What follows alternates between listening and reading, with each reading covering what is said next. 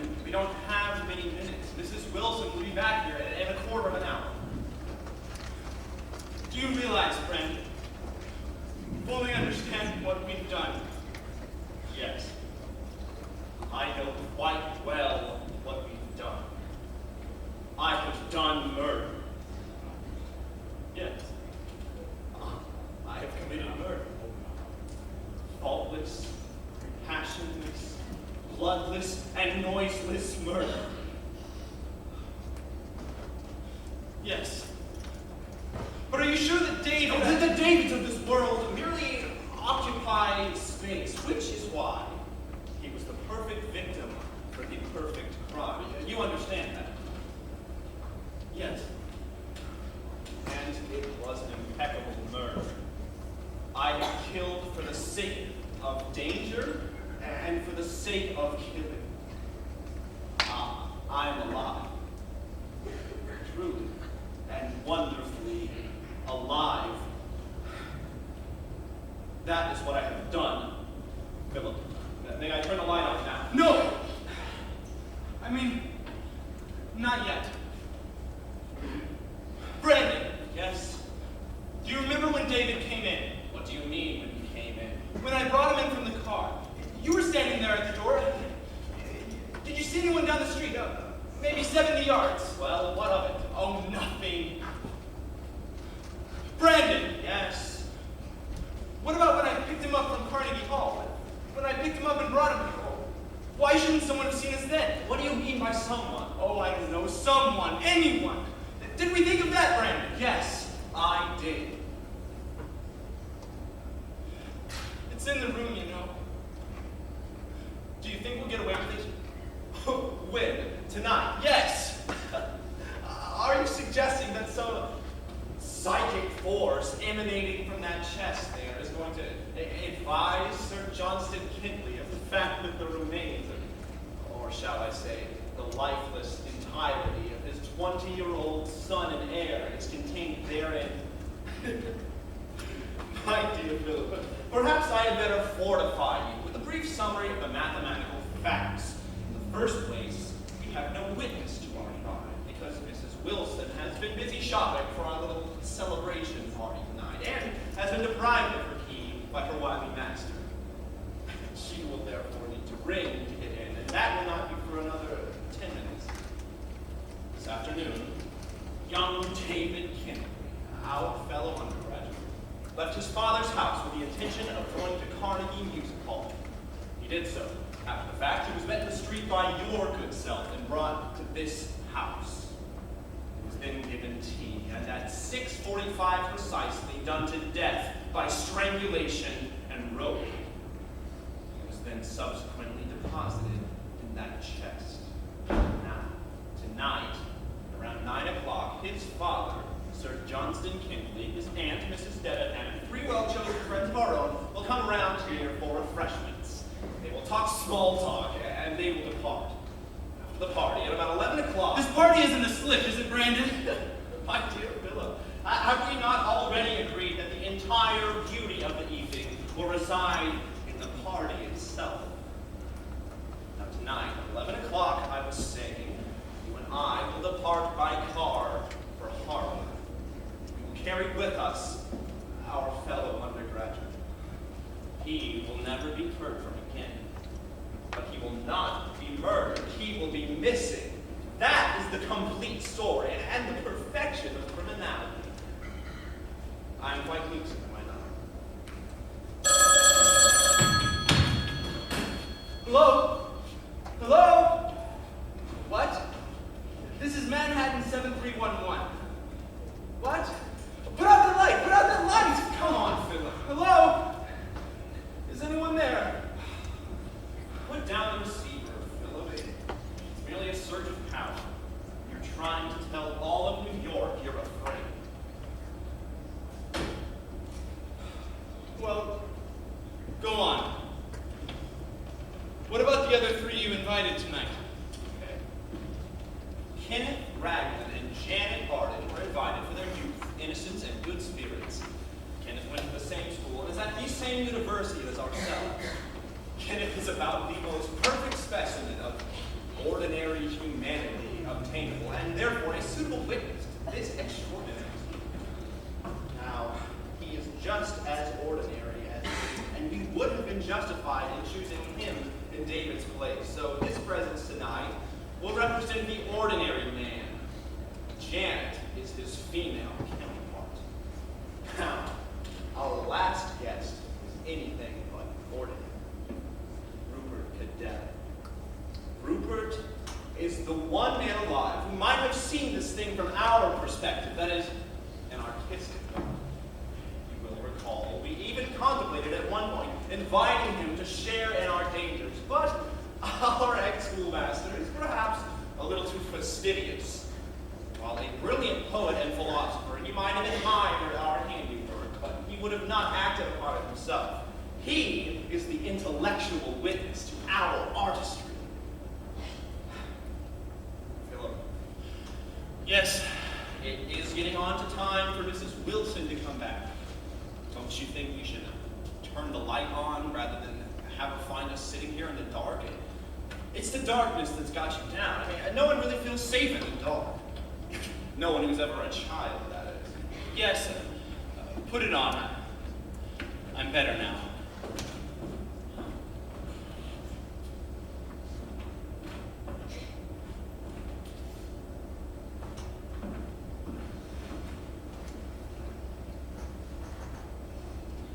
Now, you know I never do anything unless I do it perfectly. I've always wished for more artistic talent. Well, murder can be art, too. The power to kill can be just as satisfying as the power to create. Philip, do you realize we've actually done it? Exactly as we planned, and not a single thing has gone wrong. It was perfect. A masterpiece. Oh, that's it. We'll make our work of art a masterpiece. What are you getting at? Well, we need to eat somewhere. Why not have supper in here? On this. Brandon, you're going too far. Why? What are you so worried about, Philip? We have the perfect excuse right here. Sir Kentley's come in May to look at the old first editions we had in the chest. What could be better than having them spread out on the dining room table where you can easily get at them and have supper in here, in the comfortable living room? Consider it, aren't we?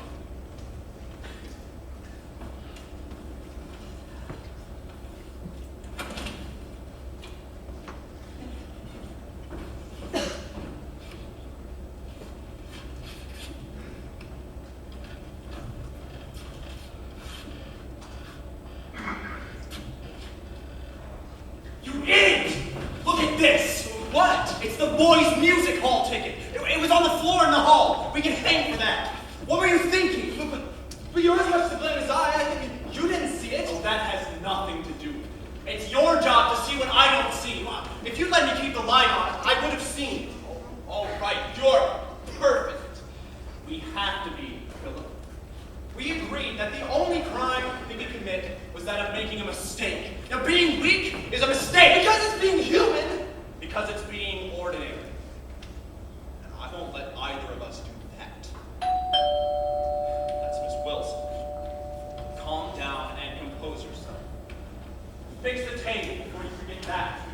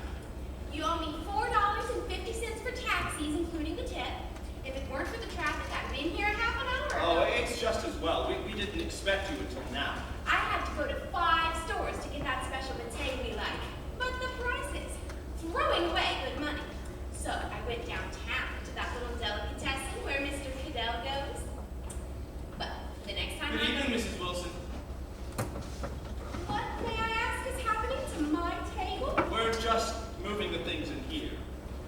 Well, I personally thought my table looked quite lovely. Oh, it was quite lovely, but Sir Kentley's coming made me look at the old books we had in the chest. He wouldn't want a poor old man to have to get on his knees to see them. Well, I think it's downright peculiar. Peculiar. Very. Particularly these candlesticks. They don't belong here at all. Well, on the contrary, I think they suggest a ceremonial altar, which you can heap with the foods for our sacrificial feast. Heap is right. There isn't enough room for me to set things out properly, now is there, Mr. Phillip? Oh, you can make it do. You two will be to death with me. What's to be done with these books? Oh, we'll just lay them out on the dining room table. A crazy idea, if you ask me. Well, I have too much to do to discuss this thoroughly, dears. I still think it's peculiar. They're here. Are we ready? As ready as we'll ever be. Now, don't you be so busy at that piano that you forget to eat. You're getting too thin. And don't you let them gobble up all that pate before you have any. Let's hope it's a success. Oh, this train. There wouldn't be this last-minute hustle and bustle if you had kept my table.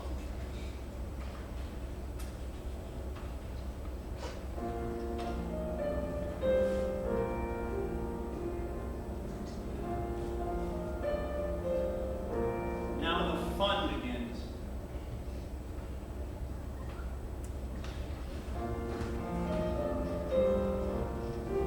Good evening, Kenneth. How are you?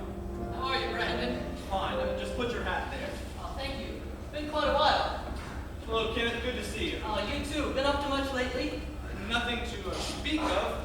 You? Oh, just trying to get ready for exams. I always have to start cramming before everyone else. Am I the first? You are. Why is it I am always too early at parties? Probably because you're always on time. Oh, I say. I am overdressed, aren't I? And it's not even anyone's birthday. Oh, don't look so worried, Kenneth. It's really almost the opposite. The opposite. Philip's bidding the world a temporary farewell. I'm driving him out to Connecticut. Oh, where are you going? Just Brandon's mother's place for a few weeks. I'm to be locked up. What? To make sure he practices 6 hours a day. I finally wrangled a debut for him. Town hall at that. Well, that's wonderful. I hope you knock him dead. Thank you. But that's not all. Have you ever heard of my uncle, Jerry Wyndham? Oh, I see.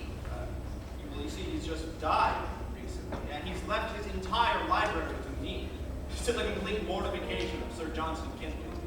That's David's father, right? He's a famous collector, isn't he? I bet he'll be green with envy over your books. Oh, not at all. I'm going to let him have what he wants from the collection, provided I don't want it. But that is why we're going to have dinner in here, because I've spread the books out on the dining room table, and we're really killing 2 birds with 1 stone. Oh, it is an awful mess, man. I thought it looked rather weird. Kenneth, perhaps this is Rupert Caddell. When's the last time you've seen him? Our old schoolmaster positively ages. He's coming. He was invited, but you never know. Hello, ducks. Angel, be careful of my hair. It took hours. You smell dreamy. What is it? It's that stench you gave me last Christmas. I knew I had good taste. And you do. You look lovely. I won't by the time it's all paid for. Philip, sweet. Hello. What's this rumor I hear about you in town hall? I bet you're going to play a foul trick on all of us and become horribly famous. Janet, somehow I don't believe you've met Kenneth Raglan. Hello. Hello. We were just waiting for a few more to arrive. It's good to hear Rupert's coming. I hope he does. How is he? Who is he? Rupert Caddell was our old schoolmaster at Somerville. Headmaster. For you 3 little dears. 4 little dears. He tried valiantly to teach David, too. Rupert's a publisher now, isn't he? Successful? Maybe you can give me a job. Rupert only publishes books he likes, usually philosophy. Oh. Small print, big words, no sales. Right. Rupert is extremely radical. Do you know? He selects his books on the assumption that people not only can read, but can actually think. He's a curious fellow, but I like him. You always did. Those sessions you and Rupert used to have back in school. Brandon would sit for hours at the master's feet.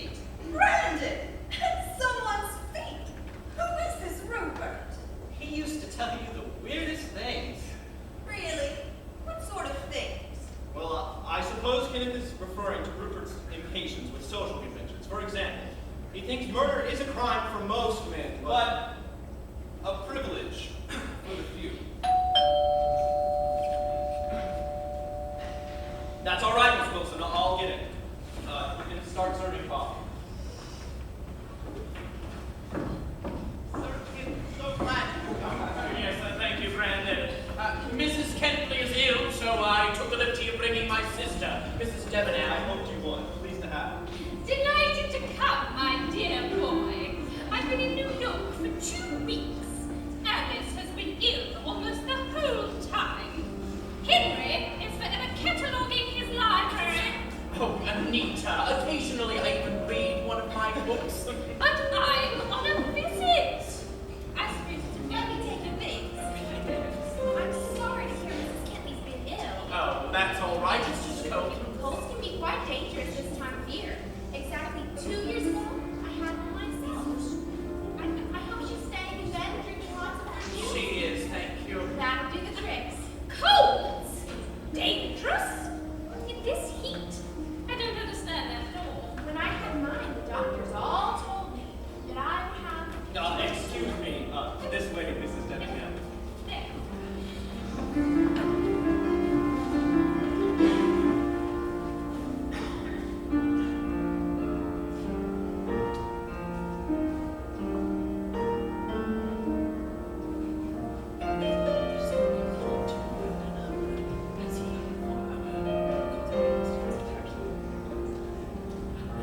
Your touch has improved, Philip. Ha ha! Here he is.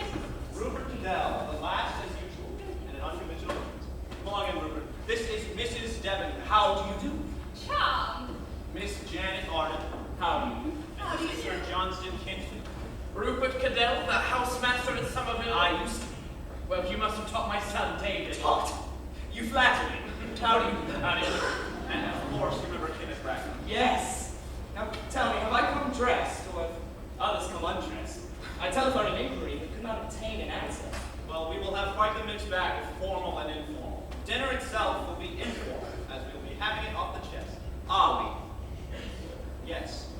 Why are we having our meal off the chest? Because it's a very nice chest, and because the tables are all covered with books. Yes, apparently the place has been converted into a library.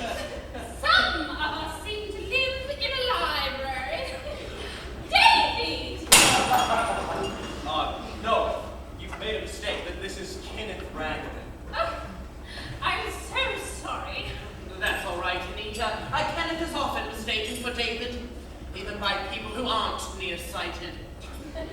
Although we haven't had much of an opportunity to observe the resemblance lately. Haven't been studying, have you, my boy? I've been trying to, sir. Well, the resemblance to David is merely physical.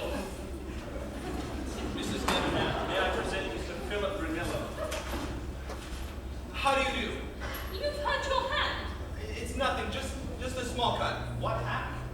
The glass broke and I just cut myself on it. Nothing much. May I get you a cup, Miss Debenham? I should adore some with ice. How about you, Sir Kentley? Oh, I prefer a little water, thank you. Well, since we're all here, let's go ahead and get started.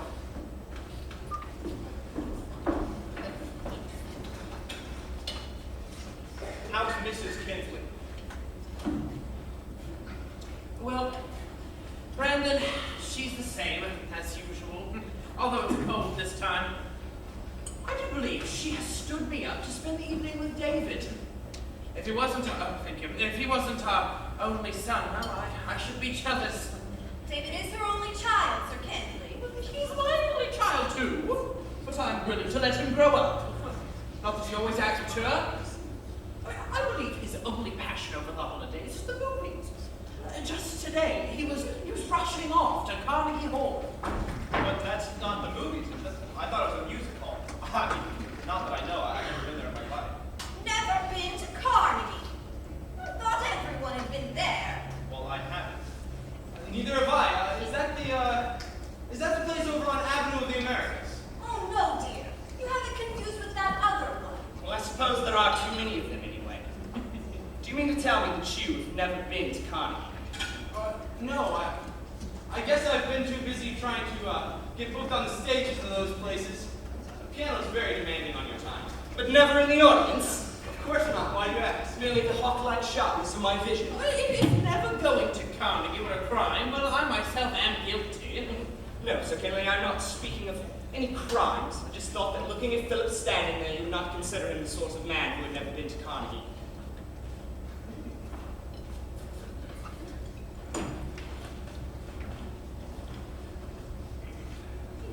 Brandon, exactly what are we doing here tonight?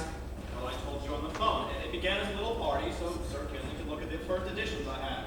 And then it turned out Philip and I were going to the country. Yes, you told me that as well, Brandon. Well, it's true. No, you always did stutter when you were excited.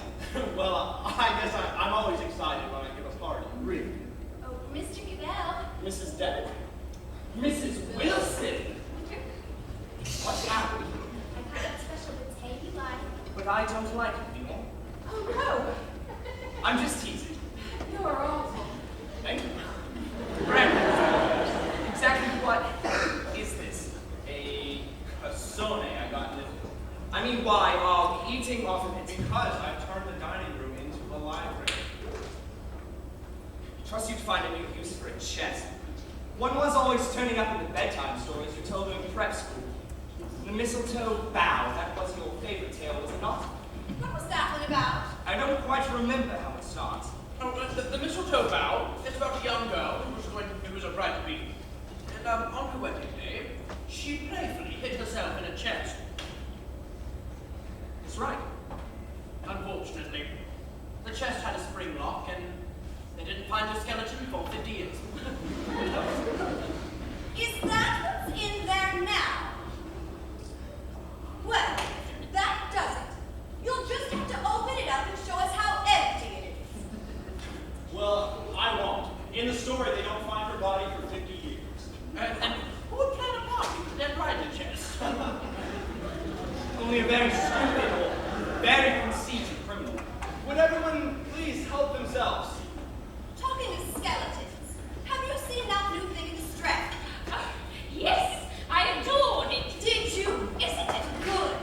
Oh, I didn't like that new girl much. No, I didn't like her either, but her clothes were fabulous. Simply divine. Absolutely. I must see it. I have a passion for Jimmy Stewart. Is he good? Absolutely terrific. So attractively sinister. Really? You know, I have a confession to make. I think I like Stewart just as much as Cary Grant. I'll take Bogart myself. He was thrilling with Bergman. Absolutely. Oh, what was that called? Something of the something. No, this was that other one. This one was just plain something, I'm sure. You know. Right on the tip of my tongue. Mine too. It was just plain something, I'm sure. I adored it. And Bergman, oh, I think she's lovely. I once went to the movies. I saw Mary Pickford. Oh, I was mad about her. What did you see her in? I don't quite remember. The something, or was it just plain something? Something rather like that. I don't believe you ever went. If I were you here, I'd go easy on the potato. Calories. What about you, Philip? Chicken sandwich? I don't eat it. Odd. I never heard of anyone who didn't eat chicken. Did you, Brandon? Oh, you probably did. Why don't you eat it, Philip? I just don't. There must be a reason. Freud says there's a reason for everything, even me. There's no reason, Janet. As I recall, you have a very funny reason. Doesn't he, Brandon? Yes. I knew there had to be one. What is it? Oh, it's nothing too much. It's fascinating. Come on, Brandon. Please. All right. Well, it happened about 3 years ago in Kenneth. My mother has a farm there, you know. Well, we were going to have a chicken, so we walked over to the farm. It was a lovely Sunday morning, late in spring. Across the valley, the bells were ringing, and in the yard, Philip was doing likewise to the necks of 2 or 3 chickens. Oh dear.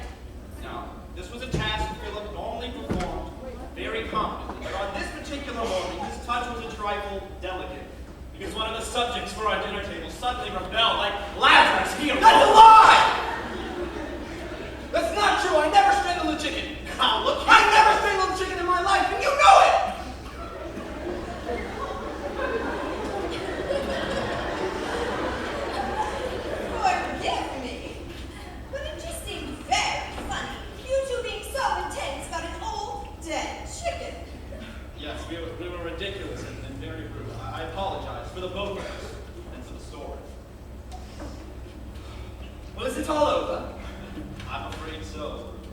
It's a shame, Brandon. In another few moments, you might have been strangling each other rather than the chickens. Mr. Caddell, really? But a man's honor was at stake.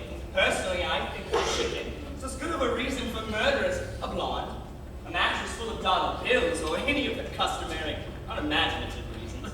Now, you don't really approve of murder, Rupert, if I may. You may. I do. Think of the problems it would solve. Poverty, unemployment, standing in line for theater tickets. I must say, I've had a perfectly dreadful time getting tickets to that new musical. What was it called? Oh, something with what? My dear Mrs. Debenham, careful application of the trigger finger and a pair of seats right in the front row are yours for the shoot. Frightful. In all seriousness, though, our society has totally lost all logic and reasoning in defining murder.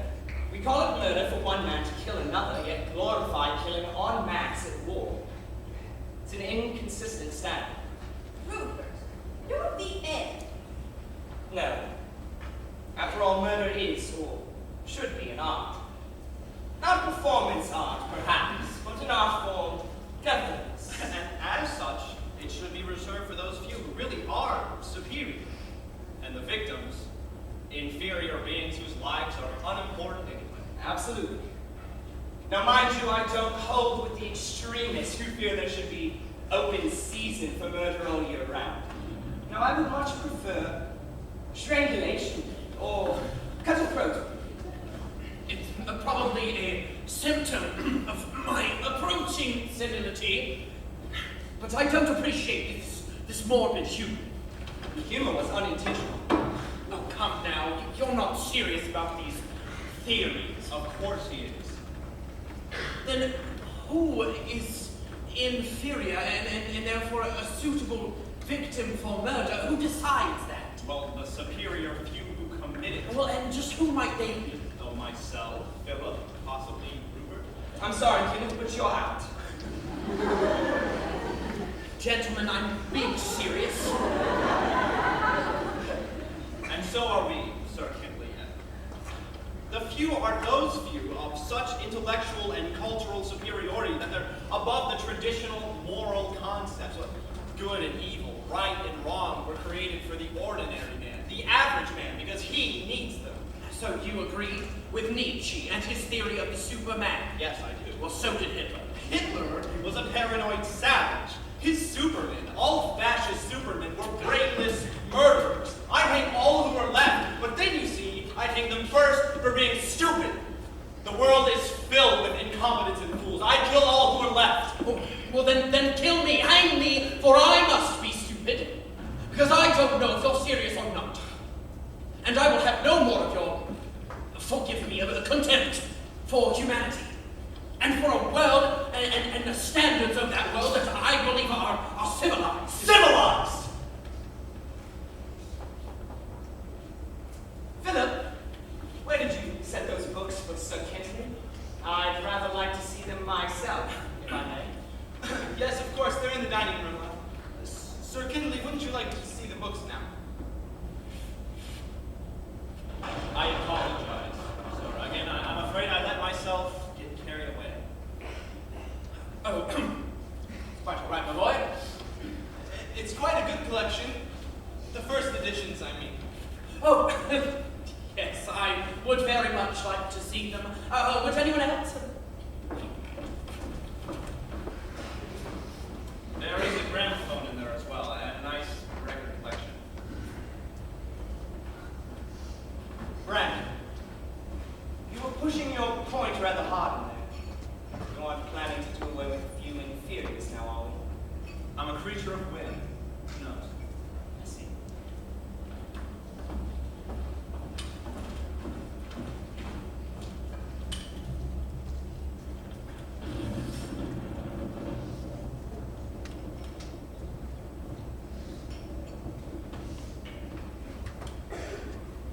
Two desserts, Mr. Caddell? One for me, and one for you, my love. The others don't seem to be in the mood for sweets. No, well, they could all do with a bit of cooling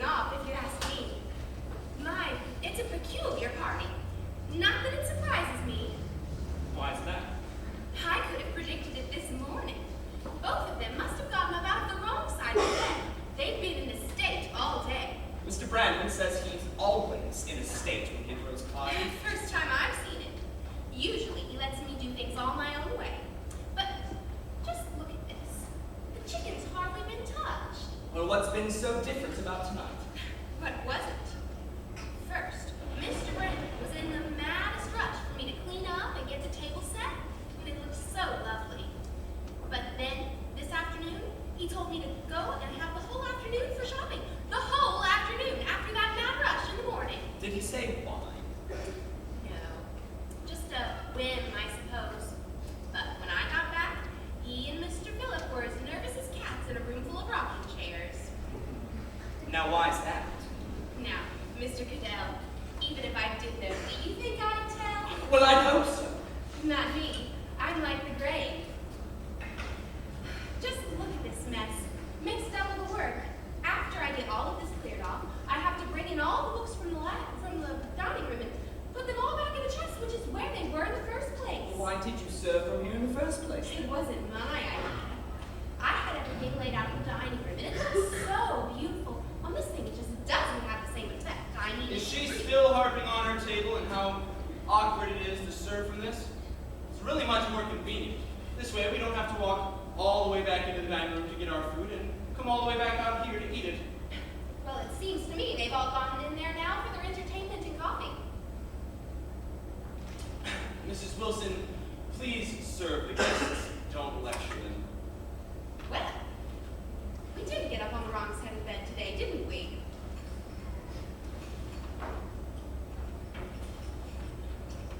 I'm in quite an embarrassing position, Philip. How do you mean? Well, I seem to be the only one having a good time. You and Mrs. Debenham. What's going on, Philip? Would you mind turning on that lamp? Sorry.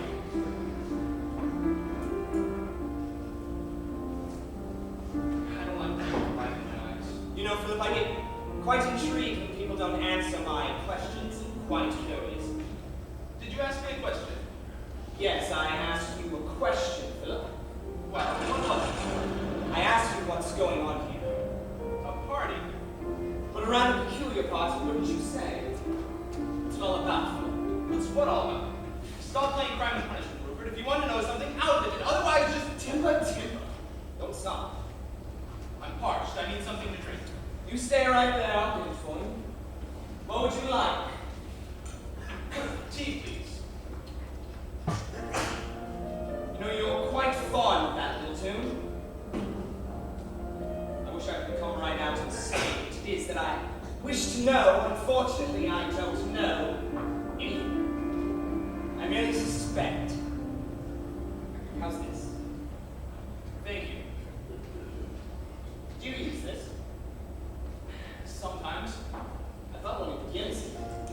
I must say, All right, Rupert. I'll ask. What do you suspect? I forgot. Why are you on edge, Philip? I don't know. Well, Brandon knows. Does he? Doesn't he? I don't know. Come now, Philip. Why don't you ask Brent? Well, I have. He's too busy maneuvering the others. Just what's going on, Philip? Just what is Brandon trying to do with Janet and Kenneth? Why are you laughing? Nothing. Am I so far off the track? Nothing is going on at all, Rupert. You know, you're quite allergic to the truth tonight, Philip. That's at least the second time you haven't told me. Thank you. When was the first? When you said you never strangled a chick. Confused. Philip made that up for the sake of a very unfunny joke. Brandon did not make that up for a very funny joke, Philip. And you'll know, if you'll think back very carefully, you'll know that I know. About a year ago, I was at the farm with the both of you. One morning, I saw you display your handiwork. Quite a good chicken stranglers, I believe. Well, I didn't mean that I never strangled a chicken. I just meant that Brandon's story wasn't true. That's what you said. Well, I didn't think it was a suitable topic of conversation for while we were eating.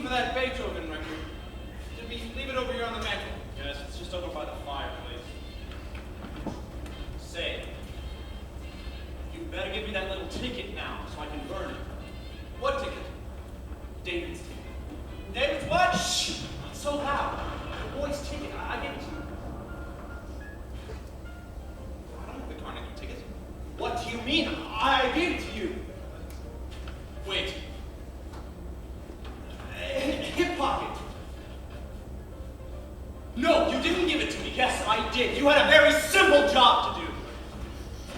But I don't have it, I don't. Where is it? I put it in my vest pocket. But it is not in your vest pocket. Where is it now?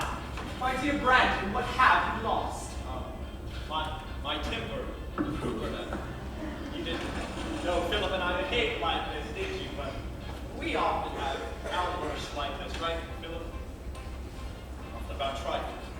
This time, it was over an old Beethoven record I wanted to show the others. But I guess the party will just have to go without Beethoven tonight.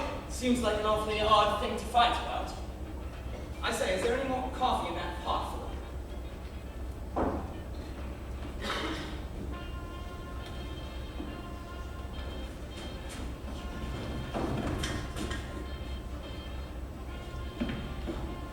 Actually, I came on an errand. An errand? Yes, I want some rope. Rope? Why so excited? Yes, rope. Janet wants something to tie the parcel up with to carry it home. Parcel? Yes. Sir Kentley has made his selection of your treasure, and Janet has a notion to tie it up with something. I say, you aren't really planning on driving down to this, are you? Yes, it's clearly not. Besides, we've prepared to go, and we won't have a place to stay here tonight. Don't worry about that. You know you can always put up with me. No! Thank you. We will try and make it. Did you hear that? We heard it was all right. We're scared out of our wits. I know. It is simply coming down in sheets. Surely you're not going to Harvard tonight. Surely we are. But my dears, you will simply be swamped out, flooded. I hear you want some string, Jen. Oh, yes, we do. Do you have those books? We are going to make a parcel.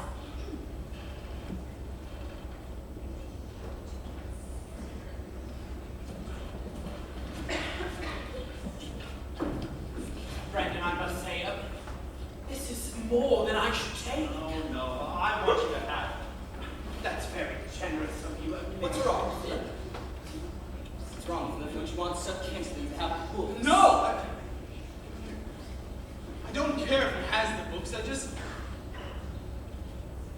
just think that's an awkward way to tie them up.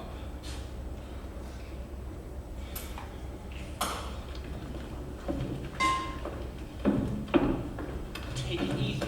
Rupert's on something. He isn't. I've got to get out of here. Get your hand off my arm! Don't you ever again tell me what not to do and what to do. I don't like it, and I'm keep your voice down. Well, I think it looks lovely. Say, you never did let me see the bride in the chest. Well, we wouldn't want to scare the others. I believe you're ready.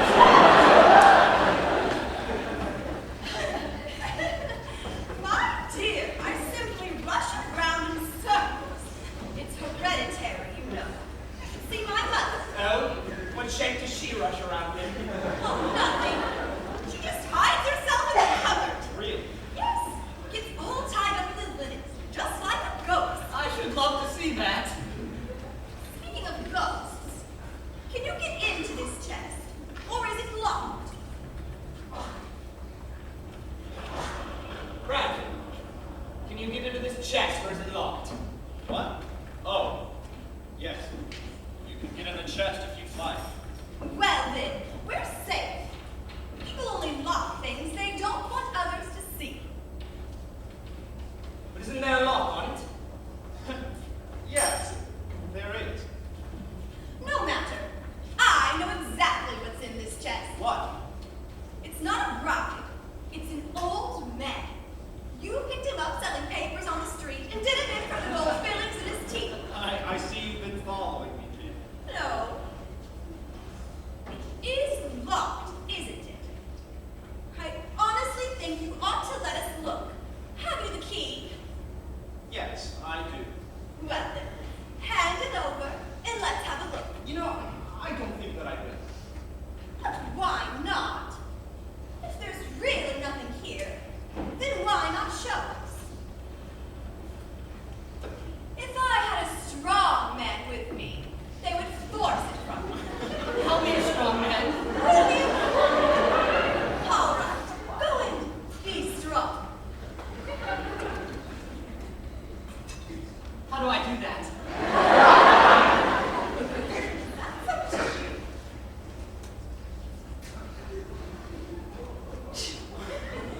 All right then, Mr. Brandon, hand it over or it'll be the worst for you. Said he eyed the other fears. Pocket in it, Kenneth. Which pocket is it in? All right. Mine or yours? Mom. Go on then. Seize it. I'll give you the count of 10.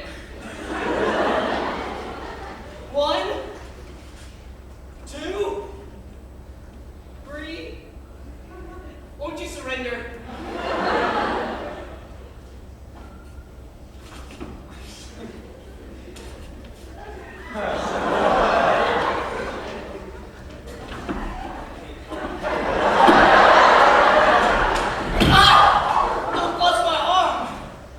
I'm sorry.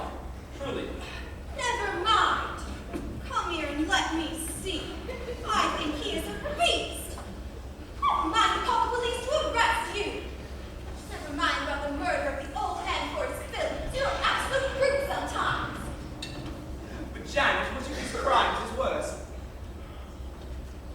Well, the murder, actually. And why arrest him for that? You're not one of those people who doesn't approve of capital punishment, are you? Kenneth, I think possibly I approve of murder too much to approve of capital punishment. Proof of murder. Approve of and have demonstrated. You see, I have murdered. Society has not condemned me because it was at their request.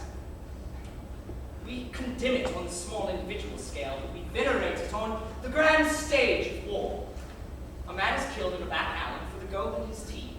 Society shrieks out for revenge upon the miscreant. You see, we call that murder. But when the entire youth and manhood of the nation rises up to indiscriminately slaughter the entire youth and manhood of another, not even for their gold fillings, we condone and applaud the outrage. Doesn't that prove that I don't disapprove of murder? No. Nothing of the kind.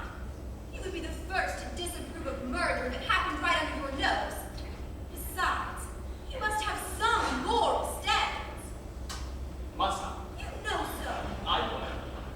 It really does happen sometimes. You hear about people who murder purely sort of for the fun of it, don't you?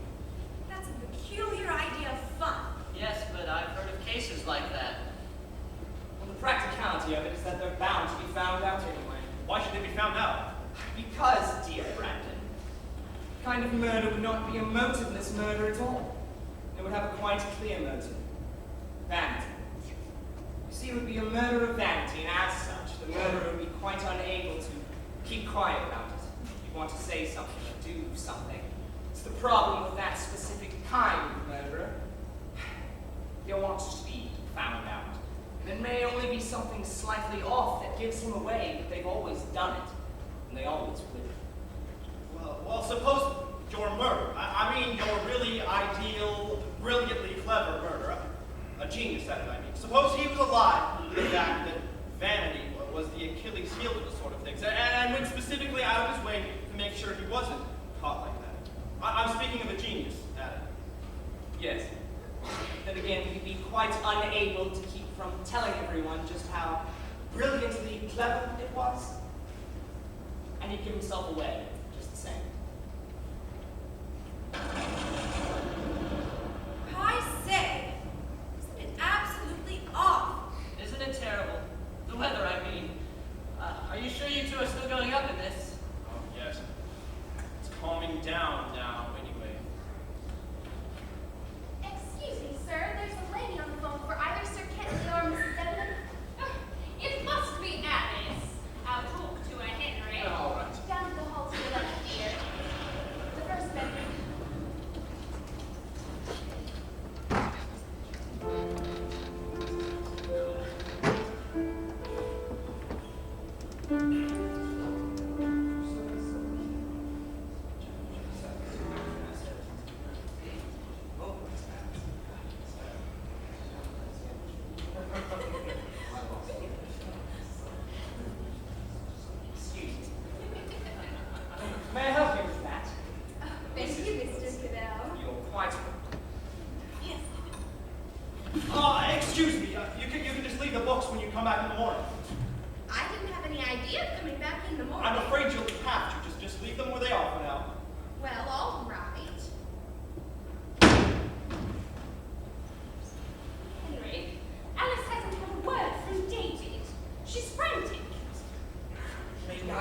talk to.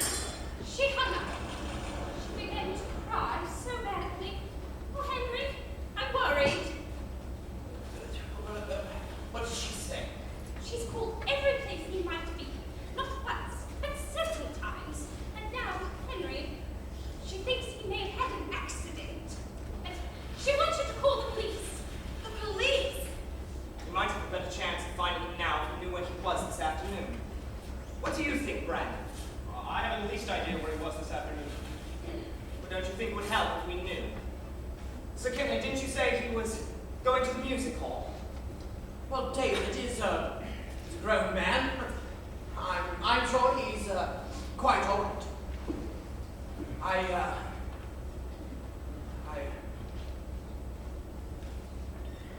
Brandon, I'd better go home. My wife needs me, and this isn't like David. No, of course. I understand. May I go with you, Mr. Kentley? Thank you, Janet. I'll get your things. Thank you. Oh, Sir Kentley, your books. Oh, right. I can't tell you how sorry I am. You will call me the moment you hear from David. I'm sure the dear boy will turn up somehow. Janet, I'm very glad to have met you. I hope to see you again sometime. So am I, Kenneth. Why don't you come with us? Oh, I don't know. Please. Thanks. I'm going with Janet. Oh, yes, we're all going together. Good night, sir. Good night. It was a pleasure to have you. Thank you for letting me come. I'm sorry we had to leave so soon. Goodbye. Good night. I am sorry that we had to spoil it. Oh, you couldn't possibly spoil it. Just meant by leaving so early. Well, good night. Good night. Be careful of those at the stairs, Anita. Your hat, Mr. Caddell? Not mine, Mrs. Wilson. Oh, sorry. Here. Thank you. Good night, Mr. Caddell. Good night, Mrs. Wilson. Oh, you're leaving too. Yes, I must. Good night. Good night. May I get the books, Sir Kentley? Oh, thank you for a wonderful evening. Good night. It's been charming. Oh, David. Yeah, Philip, this party could not have gone better. It really deserves to go down in history. It could have gone a lot better without Rupert. Why? He helped me say all that I wanted to say to those idiots. He had the perfect touch that I predicted. A touch of what? Prying? Snooping? Or just plain pumping? Do you have any idea how busy he was interrogating? About what? What does it matter? Nothing matters because you were busy arranging your neat little touches. You'll ruin everything with your neat little touches. Be quiet. Miss Wilson still. You had no right telling that story. Why did you lie anyway? But you see, I had to. Do you ever, for one moment, consider how someone else might feel? I'm not sentimental, if that's what you mean. That's not what I mean, but what does it matter? Nothing matters except that Mr. Brandon liked the party. Mr. Brandon gave the party. Mr. Brandon had a delightful evening. Why had a rotten evening? Philip, I think we deserve a real vacation after this is all over. Where would you like to go? Actually, we should probably come back here first. Otherwise, it might. I've been praying that I will wake up and find me heaven. But why? I'm scared to death, Brandon. I think we're gonna get caught. There's not a chance. Well, there was, but not anymore. Why, we're practically. Oh, hello, Miss Wilson. I'll come round and clean up in the morning. That is, if you're still going up to the farm tonight. Oh, we are. Well, all right. You don't look too well, either one of you. Of course, I could do with the rest myself, but I hope both of you come back in tip-top shape. We will. Well, all right. I'm off.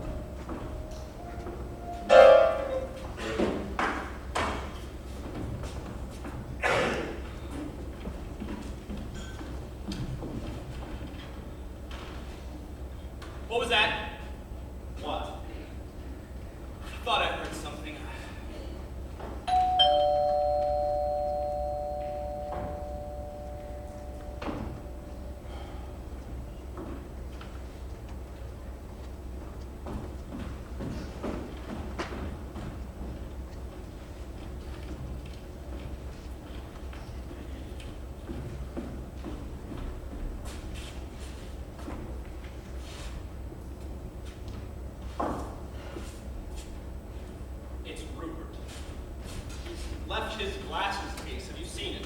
No? He knows. Well, just keep looking. The sooner we find it, the sooner we can get rid of it. Friend,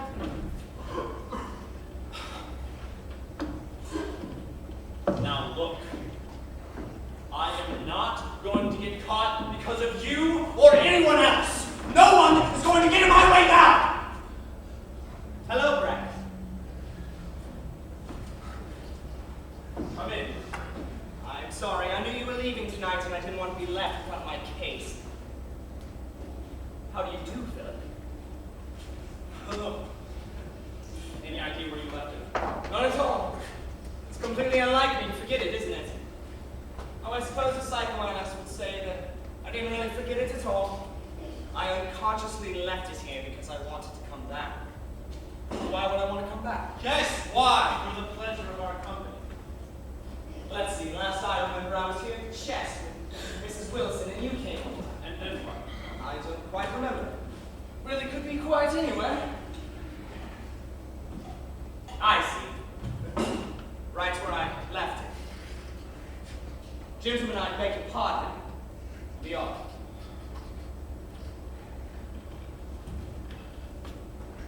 Actually, do you mind if I stay for a drink? That last flight of stairs is far longer than I remember. Of course. You really don't mind?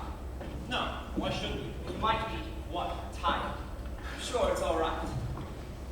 He said you could have it. Don't mind Philip. Please don't let me be a bother. I know you have things to do. What do you mean? Oh, packing, last minute odds and ends. You are still driving to Connecticut, aren't you?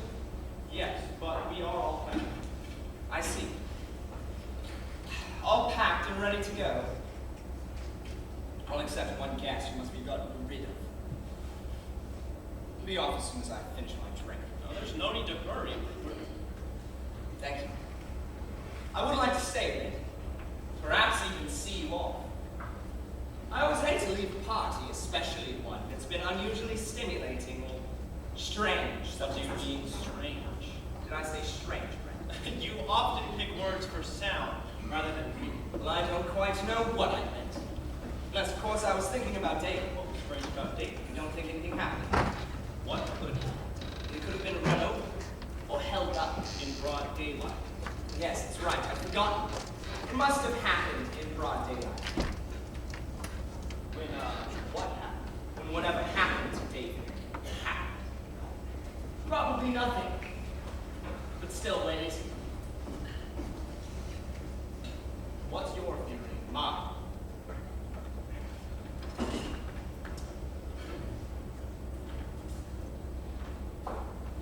I was considering for a moment the theory that you kidnapped David. Do you really think I kidnapped David? Well, there's the sort of mischief that would have appealed to you in your youth. Yes, but it would be slightly more difficult to pull off now, though, don't you think? But you'd find a way. How? I mean, suppose you were I. How would you get rid of David? If I wanted to get rid of David,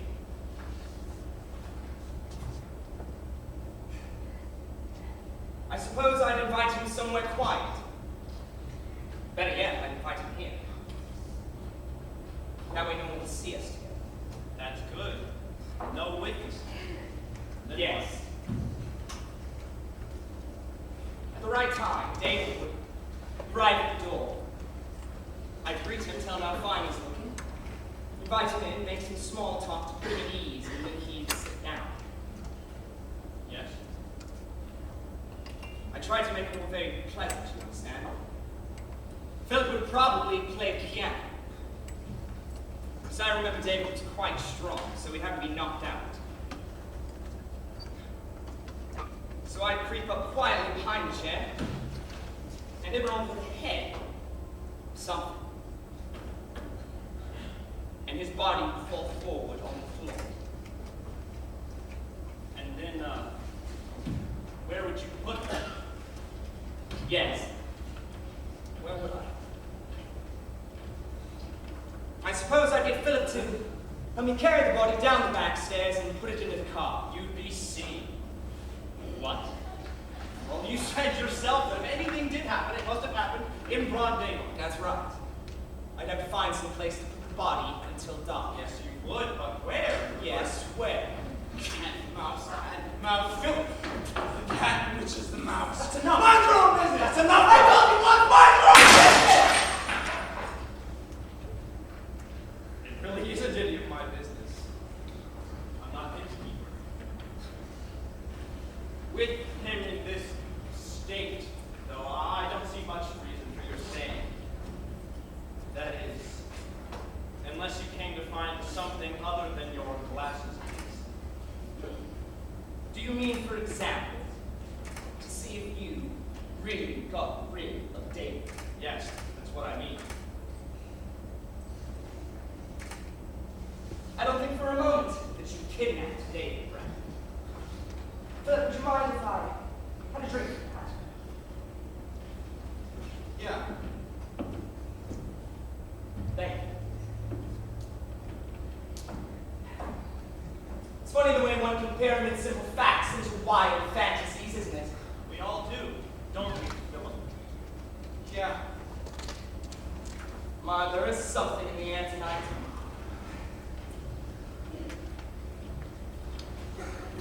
Well, the weather has cleared up, and you'll be driving in good conditions after all. I almost wish I were going with you. Driving at night always is exciting, but I can't help but feel that driving up tonight with you and Philip would like to have an added element of suspense. He's got it. He's got it. No, it's all right, easy, I'll take care of it. No, you won't. I just as soon as kill you as kill him. Sooner. This is what you wanted. Someone else to know. Someone else to see how brilliant you are, just like in school. I told you you'd find us out, but you had to have him. Now we're done for. You shut up! You made me do it! You stupid babbler! I'm sorry, Rupert. Raglan, won't you tell me your trouble? Perhaps I can help you. No. I will not tell you our trouble. This has nothing to do with you. Please, just leave. Well, it may not have anything to do with me, Brandon, but it may likely have something to do with the public in general, and I am their only representative at this moment. Brandon, I'm tired. More than that, I'm frightened too. I don't want to fence with you anymore. Just what are you going to do, Rupert? You are very dangerously situated. You know, I may be lame, Brandon, and I have no strength to protect myself. But I do have my foresight. Your foresight. And I have another little weapon, which is of even greater value to me. A police whistle? Are you crazy? I'm vain. And I dare say so. I hope that I am Brandon.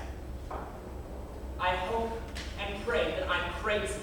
What do you suspect, Rupert? I suspect murder, Brandon.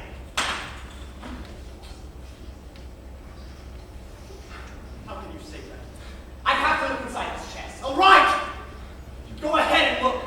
I hope you like what you see.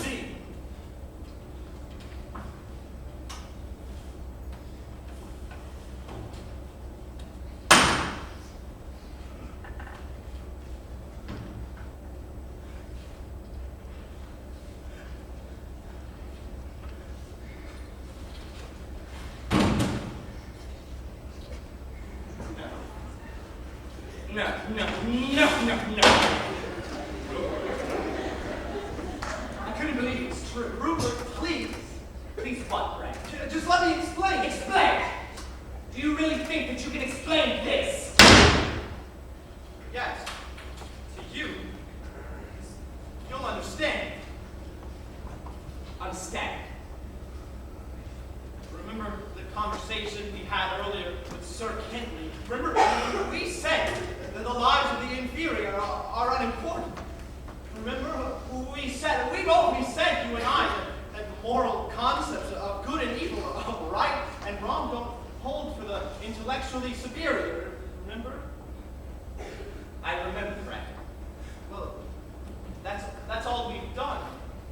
That's all Philip and I have done. We have lived with you and I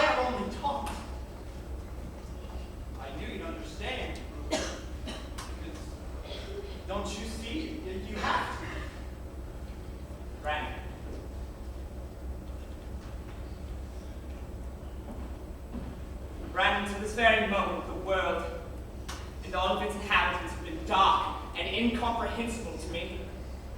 I've tried to clear my way through logic and superior intellect, but you've thrown my words right back into my face. You were right to, Brett. As if anything else, a man should stand by his words, but you've given my words a meaning that I could have never dreamt of. And you've tried to twist them into a cold, logical excuse for your ugly murder. Well, they never were that, Brandon, and even you can't make them that. No, there must have been something deep within yourself that let you do this thing. But there's always been something deep within myself that would never let me do it and would never let me be a party to it. What do you mean?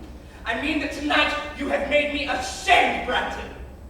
Ashamed of every concept I ever had of inferior or superior beings. But I thank you for that shame, because now I know that each of us are a separate human being, Brandon, with the right to live and think as individuals, but with an obligation to the society in which we live. By what right do you dare say that there are a superior few to which you belong? By what right did you dare decide that that boy in there was inferior to you and therefore could be killed? Did you think you were God, Brandon?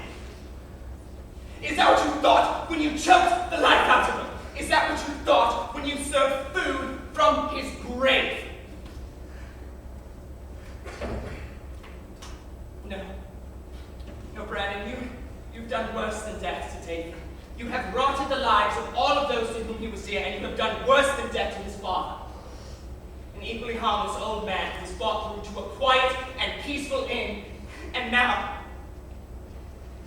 after this, the whole world, the whole universe will be blackened and distorted beyond the realm of imaginable thought. You see, that is what you've done. And if you think, as your type of philosopher generally does, that all life is nothing but a bad jest, then you will surely see one played out upon yourselves. I don't know what you thought, Brandon, but I know what you've done. You've murdered. You've strangled a fellow human being who could think and learn and love as you never could. And never will again. What are you going to do?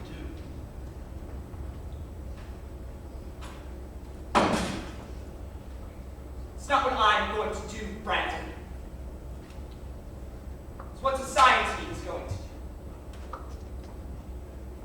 I don't know what that would be, but I can guess, and I can help. You're going to die, Raglan. Both of you. You are going to die.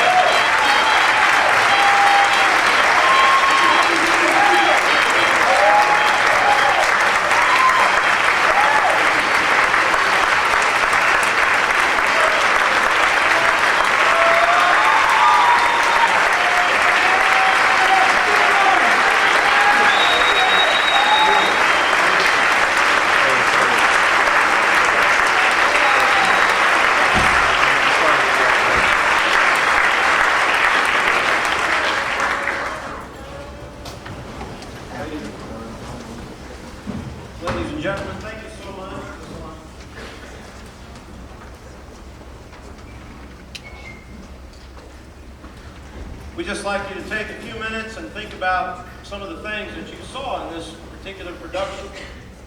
We asked, for example, what is the underlying philosophy of Brandon here? What do you see going on with Brandon? I can't hardly see anyone.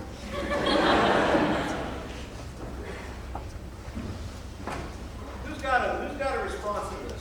What do you think is going on with Brandon? Can you repeat the question? Yeah, look at the back of the program. There we are. Look at the back of the program.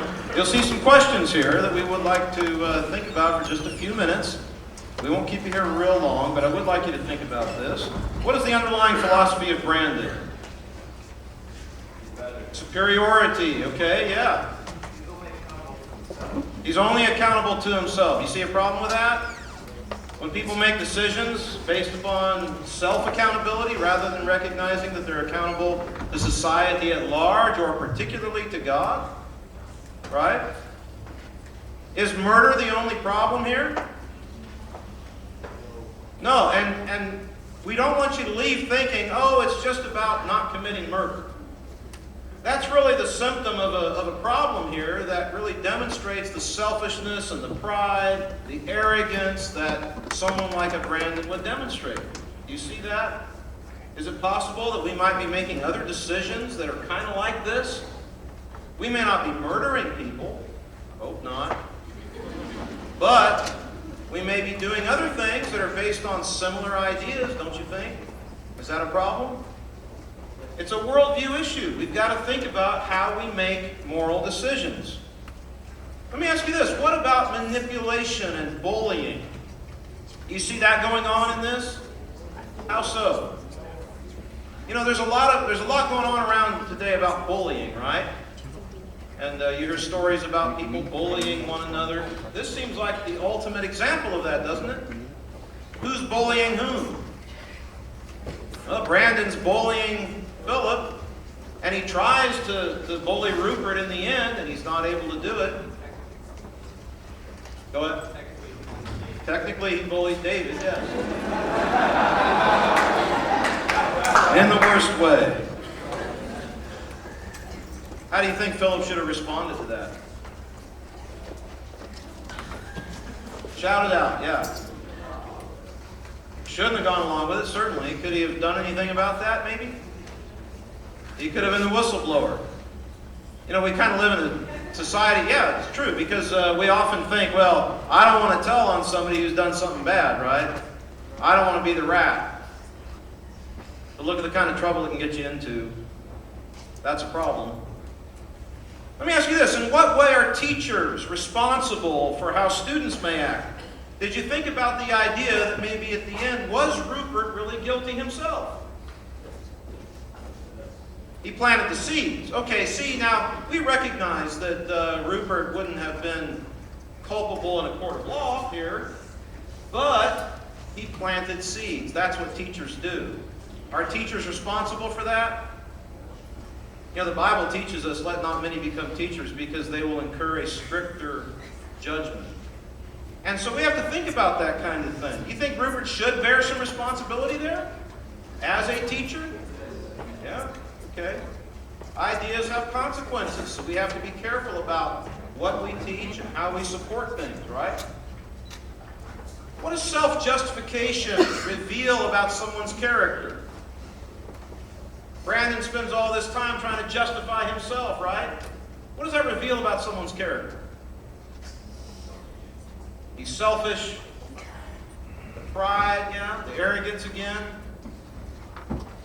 You know, the idea that I'm constantly trying to tell everybody else why I think I can get away with this, right? And so pride and arrogance in this story is pretty significant.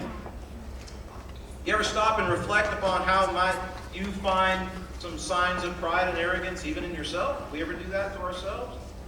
We stop and reflect and think, is this the kind of decision that I ought to be making? Is this the kind of thing that demonstrates maybe too much arrogance, too much pride in my own ideas? Do I stop and think about how others feel? You remember that scene there? You ever stop and think about, for 1 minute, how someone else feels about things? Well, someone like a Brandon doesn't do that. What about us? Do we make decisions where we kind of indicate that we don't really care what others think? Then maybe in some small way we become like a Brandon if we're not careful. How does the idea of equality argue against his pride?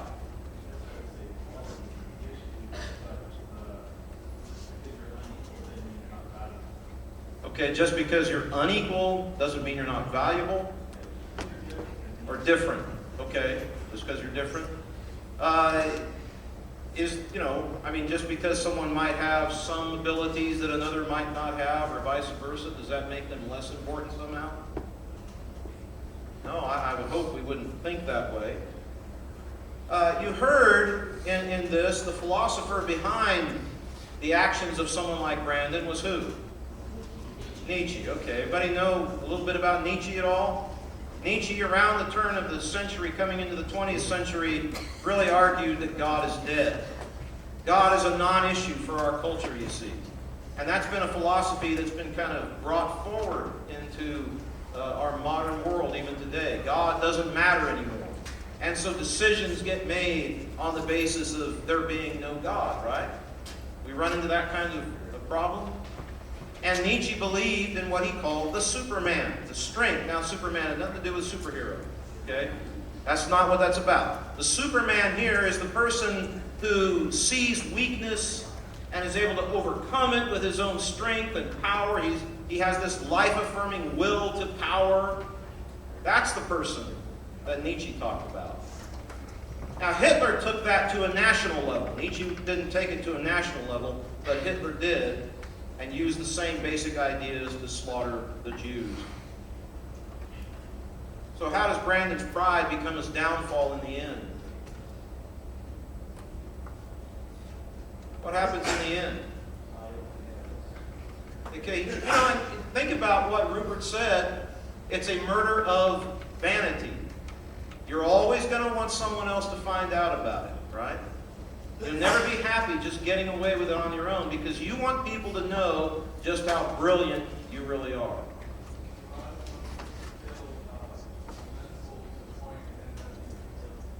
They allowed himself to feel invincible to the point where it would actually end up getting him killed. Yes? Brandon seems to have like a little bit of a God complex and very narcissistic where it's like, you want to get away with this, but you want someone to know how brilliant you are in coming up with this thing. And you want people to see how superior you are. That's the reason you did it. You have to show that you can go without somebody knowing that it's going to be really brilliant.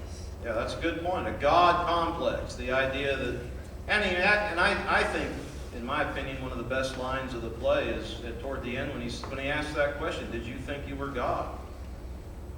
Who has the real power of life and death? Only God does. Yeah.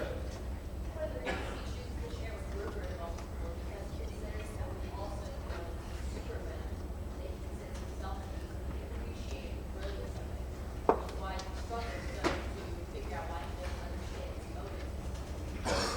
Yeah, he considers himself one of the supermen. Yeah, I think that's right.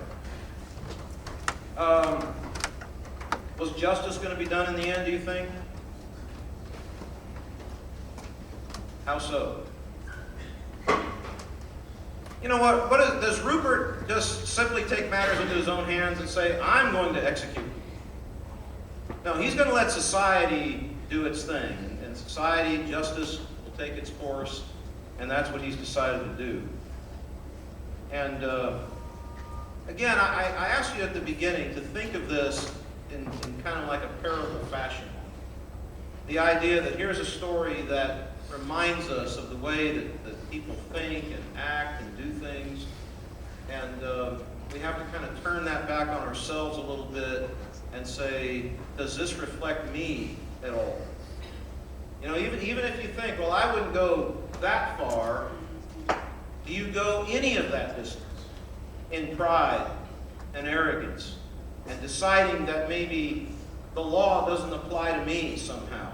I'm not really having to do this because I think I'm better than the law. We decide things along those lines, We try to tell our students, no one is above the law. We make rules, right?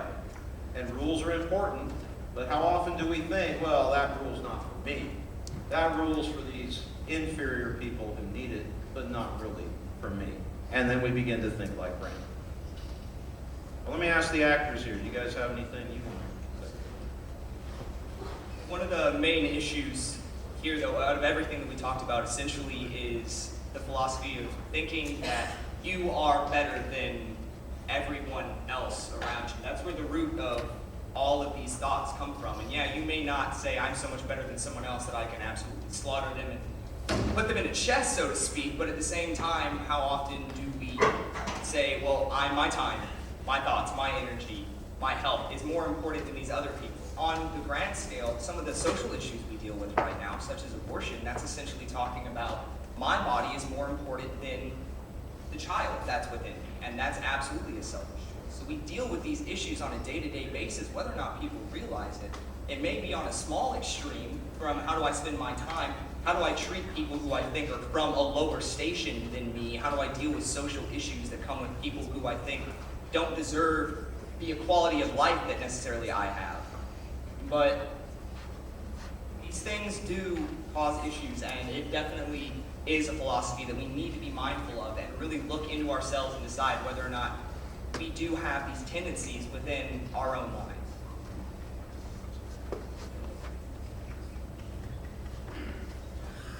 The question often happens, how would my life really change if I didn't have God? How would anyone's life change if they didn't have God? And, well, you see it tonight. This is what has happened now that we have tried to remove God from our lives. This is just the natural order. This is the logical progression of what happens when God no longer exists in our minds. And people would say, oh, this'll never happen. That would never happen to me. That would never happen to us. And we could tell that to Hitler's Germany. We could tell that to whoever else we want to. Yeah, and this was based on a true story. So if you want to know what it's like to have a life without God, well, I think you just witnessed it this evening. People might want to know that that wasn't really what you're really like, right? Yes.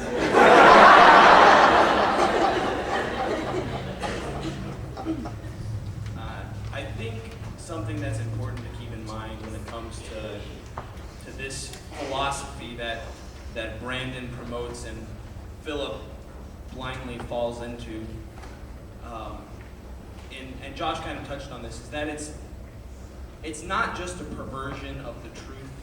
It's not just a slight deviation from our path as Christians. It is the exact opposite. Because as Christians, we are called to a life of selfless service. And this philosophy only promotes self. And we can't afford to do that as Christians.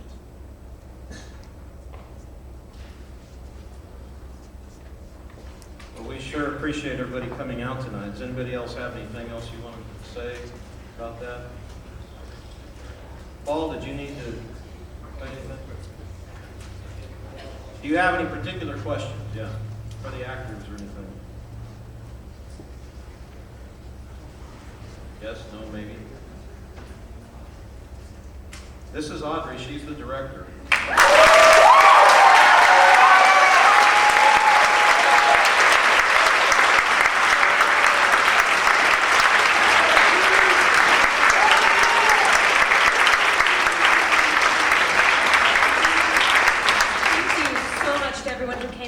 Mr. Casebolt is going to come up and do his Falcon Days thing.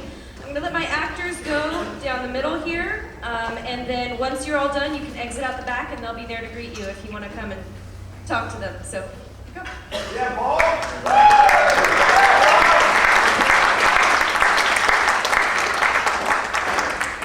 All right. Well, we're going to let a few of these guys next. I'm going to hang on to a few of them for just a moment. Wasn't this a great night? One